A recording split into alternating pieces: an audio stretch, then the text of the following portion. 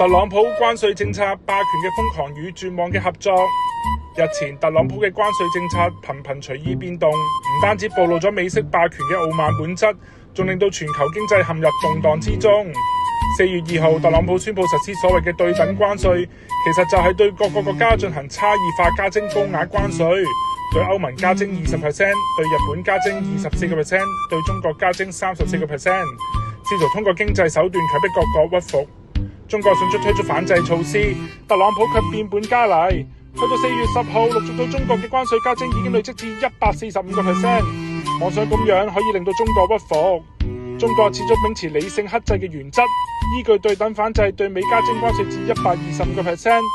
並表明鑑於美國輸華商品已無市場接受可能性，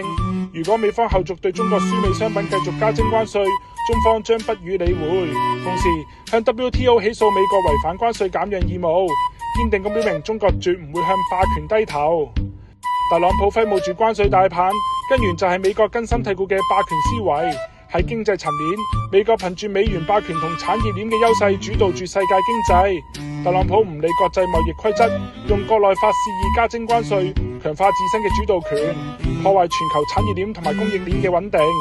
喺政治層面，關稅變成咗美國干涉其他國家內政、推行霸權外交嘅工具。美國通過關稅威脅，強迫其他國家喺政治立場上靠攏，對於唔服從嘅國家就大力打壓，妄想令其屈服。特朗普關稅政策仲充分顯示出反覆無常。4月9號，歐盟投票通過對美國進口產品徵25% 關稅，以報復美國對歐盟鋼鋁關稅。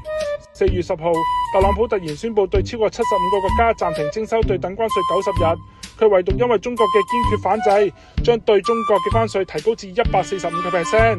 呢種朝令夕改嘅做法，令全球企業同埋市場都無所適從，嚴重打擊咗市場嘅穩定同埋信心。4月3號開始，美股三大指數因為關稅預期暴跌，之後又因為暫停部分關稅嘅消息暴漲，市場波動劇烈，股民好難把握。從對中國商品加徵至145%嘅極限施壓，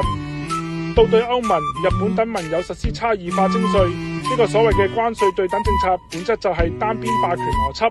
佢嚴重破壞全球秩序，亦都對美國自身經濟根基同國際信用造成反彈。